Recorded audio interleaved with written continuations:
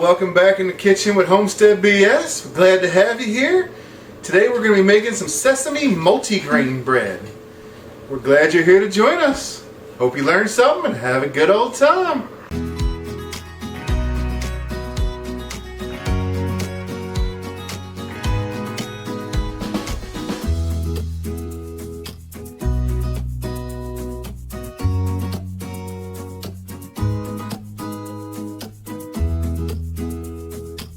Alright y'all, we're going to jump right into making the sesame multigrain bread. First thing we're going to do is get our yeast ready, get it activated, get it moving around, wake it back up, all that fun stuff. So we're going to start out with 3 cups of warm water in the mixing bowl. We already got that. We're going to add in 1 cup of honey, because yeast loves sugar.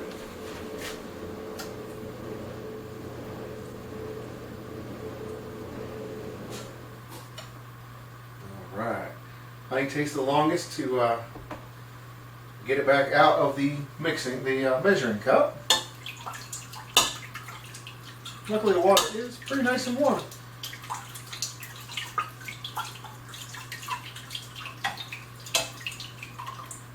There you go. Now that we got the honey out, next thing we're going to add in is 1.5 heaping tablespoons of yeast.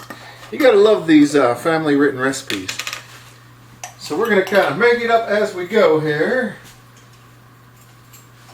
And there's our 1.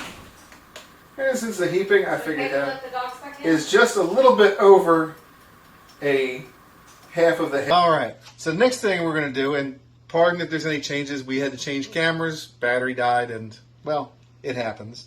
So next thing we're going to do, the yeast is now getting frothy. So next we're going to add in rye flour, oatmeal, powdered milk. And we're going to also add in some whole wheat flour. So I have most of them right here in the bowl already. I have the rye flour down the bottom, the oatmeal, and the powdered milk. So these ones are all the measured ingredients that we have going for this recipe. The other one is we're going to add until it turns into a batter. So I have our froth yeast on the mixer already.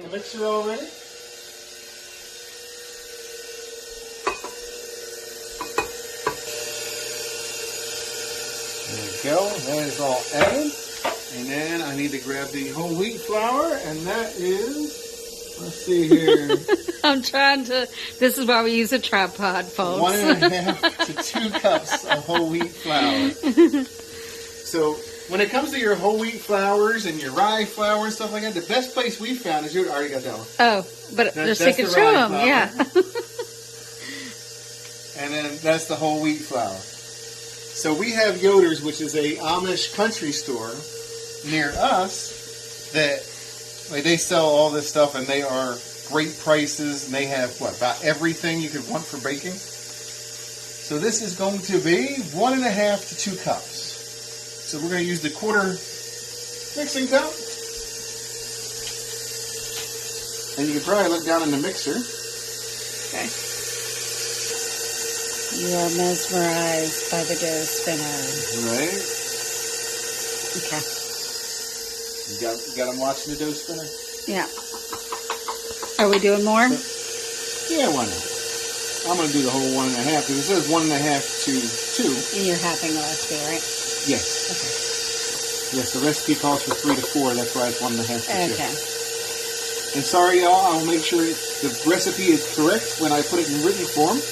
Some of the stuff I may have doubled by accident, because this recipe is designed to make 5.5 or 9 by 5 1/4. Yeah, it's like 4 large loaves and 2 small loaves of bread. I think it's 4 and 4. Oh, okay. So we're cutting it in half, which we could probably cut it in over half.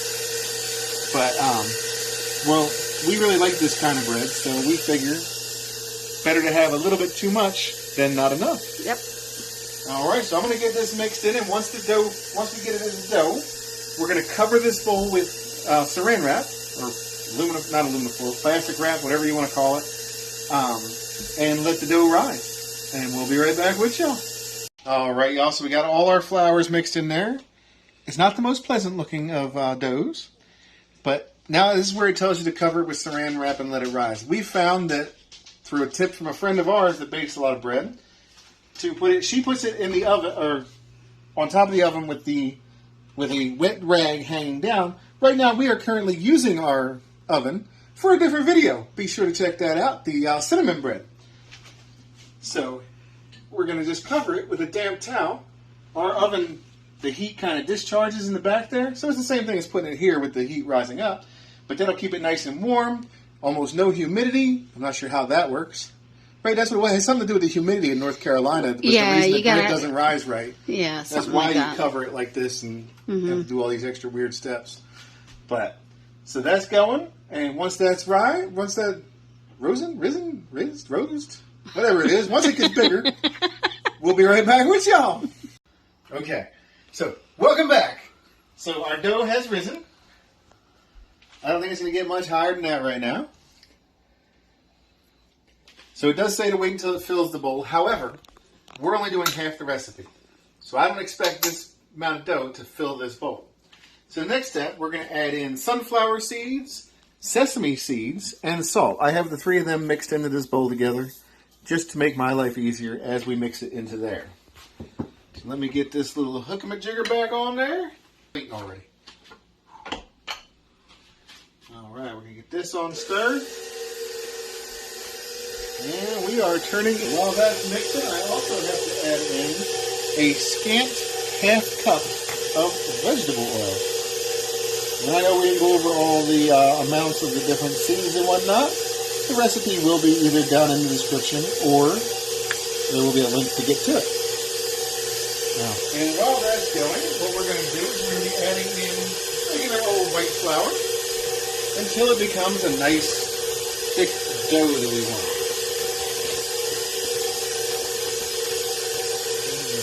It's so exciting. Sorry. Flat. Yeah, so we're going to get this, and then once it becomes a dough, we're going to knead it, and then we'll come back to you. All right, y'all, welcome back.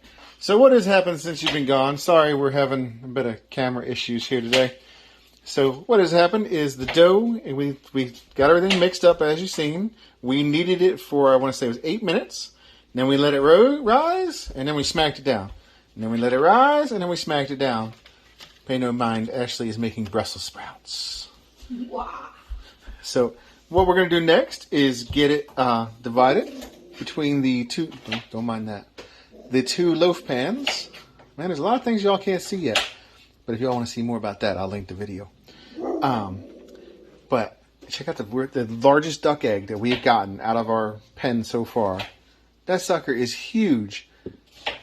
Bigger. Everybody's seen these goofy oven mitts, so you can tell how big it actually is.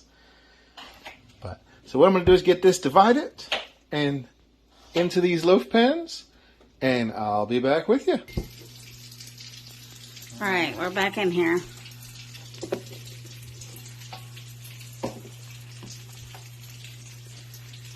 You're dividing the dough. Yep, trying to get it divided semi-evenly between the two pans. Trying to keep my hands wet so the dough doesn't stick to me too bad. That's the perk to having the mixer right next to the sink. And yes, I know there's other ways you can put flour on your hands or with a cornstarch or cornmeal and this, that, and the other thing. I found that keeping them just damp works the best for me.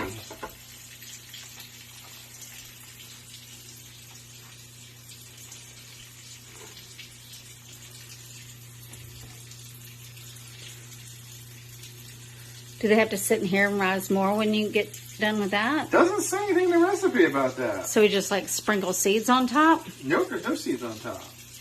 The picture had seeds on top. Don't go by the pictures in the recipes. Yeah, that cinnamon bread was case in point. Oh, sorry. How you gonna match the cinnamon bread? So we'll link the video for the cinnamon bread. Sorry. It's okay, I accidentally showed it in the video. All right, let's get the rest of the dough off my hands. And yeah, I'm pretty sure. So is that all the dough right there? That's it. I mean, if you want to go in there and lick the bowl, you feel free. No, thank you. And let me see. I didn't see anything about sprinkling. I see all the what you're talking about with the nuts and the oats. Yeah, and all that. All right, yeah, I think that's it. Do you want to sprinkle some stuff on top of it? I think it'd be pretty. What do you want to sprinkle on top of it?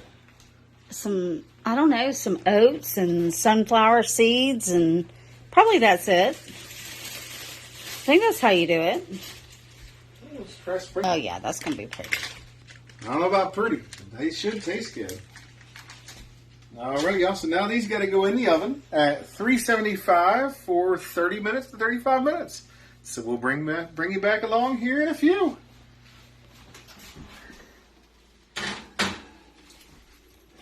So hot. I'm cooking. Has gone off. It is about that time. Let's see what we got.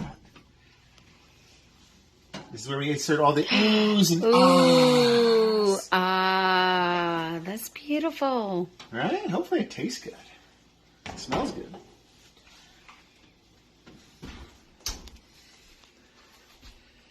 We're going to let them cool in the pan for maybe 10 minutes or so, and then we will get them on the cooling racks and show you when we slice it. So, we didn't let them cool too much, but I can touch the pans now. So let's see if we can get them out. First, I'm going to shake off any extra oats, because, well, I don't want them all over the floor, and I don't want to pick them up. And then, let's see here. Apparently the oven is done preheating. That is the unique sound that our oven makes. It likes to be dramatic like that. If you think that's bad, you should hear our washing machine. The washing machine makes all kinds of weird sounds. Alright, well, this one's still a little bit hot on this side. Let's grab the other side. And we got 2 protein loaves. Beautiful. Step back for one. We got. Let's see, we're going to cut the big one.